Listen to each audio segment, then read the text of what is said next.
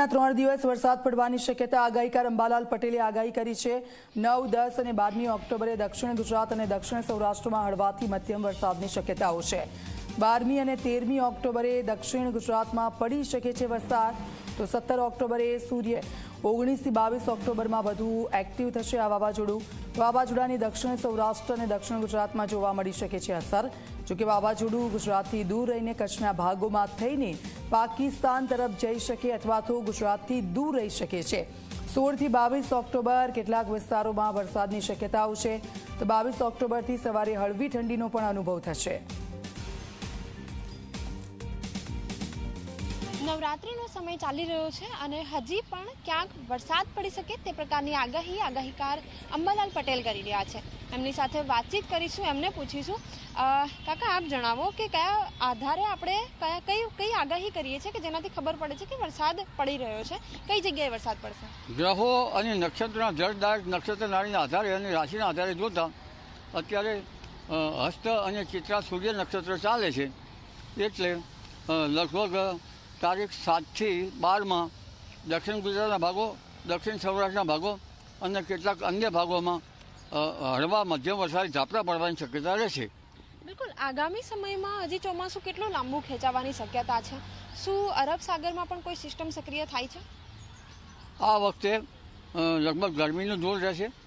ચોમાસું વિડ્રો લગભગ સવારના મુખ્ય ભાગમાં ઘણા ભાગમાં થઈ ગયું છે, પરંતુ પશ્ચિમી વિક્ષોભ આવશે હમણાં તારીખ 16-17ની આસપાસ, અને આ વખતે શરદ પૂર્ણિમાએ સૂર્ય છે એ પવનવાહક નક્ષત્ર નાળીમાં હોવાથી તારીખ લગભગ 16 થી 22માં ગુજરાતના ઘણા ભાગોમાં વરસાદ થશે અને લગભગ પૂર્વ ગુજરાતના ભાગો અને કેટલાક મધ્ય ગુજરાતના ભાગોમાં ભારે વરસાદ થવાની શક્યતા રહેશે, જેમાં કેટલાક વડોદરાના ભાગો, અમદાવાદના ભાગો, સાબરકાંઠાના ભાગો, ઉપરાંત પંચમહાલના ભાગો અને અન્ય લગભગ ઉત્તર ગુજરાતના કોઈ ભાગોમાં વરસાદ થવાની શક્યતા રહેશે। કેટલાક ભાગોમાં ભારે વરસાદ થવાની શક્યતા રહેશે। બિલકુલ, દરિયામાં શું કોઈક હલચલ જોવા મળી રહી છે? કોઈક અસર આવશે ખરી? સામાન્ય ઓક્ટોબર-નવેમ્બરમાં વાવાઝોડા ફૂંકાતા હોય છે અને હવામાનમાં ફેરફાર થતો હોય છે।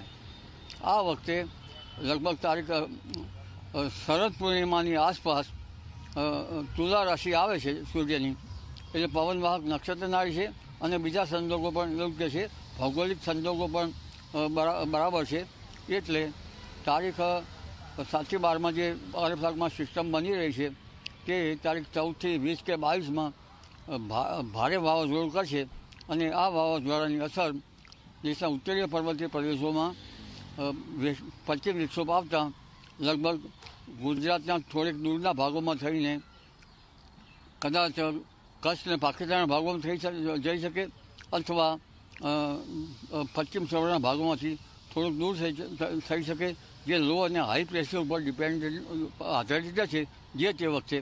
પણ આ વાવાઝોડાની અસરના કારણે ગુજરાતમાં જ્યાં વરસાદની જરૂર છે તેવા ભાગોમાં વરસાદ થવાની શક્યતા રહેશે। જી બિલકુલ, શરદ પૂર્ણિમા આવે એટલે ક્યાંક કહી શકાય કે ઠંડીની શરૂઆત થઈ, તો ગુજરાતમાં ઠંડીની શરૂઆત ક્યારથી થશે? 22મી ડિસેમ્બરે હેમંત ઋતુ આવે એટલે સવારમાં ઠંડીની શક્યતા રહેશે, પણ ભૌગોલિક સ્થિતિ પ્રમાણે આ વખતે લા નીનોની અસર વર્તાઈ રહી છે, ત્યારે શિયાળામાં માવઠા થવાની શક્યતા રહેશે અને તારીખ નવેમ્બરમાં વાવાઝોડા બનશે, પરંતુ 29 નવેમ્બરથી 3 ડિસેમ્બર વચ્ચે ઠંડી આવશે।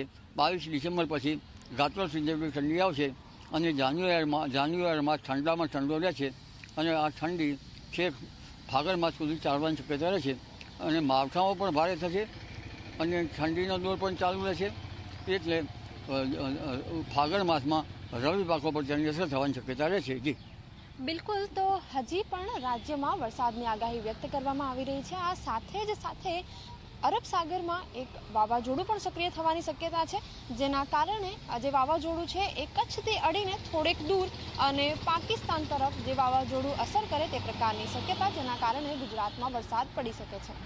કેમેરામેન તુષાર શાહ સાથે સપના શર્મા, Zee 24 કલાક, ગાંધીનગર।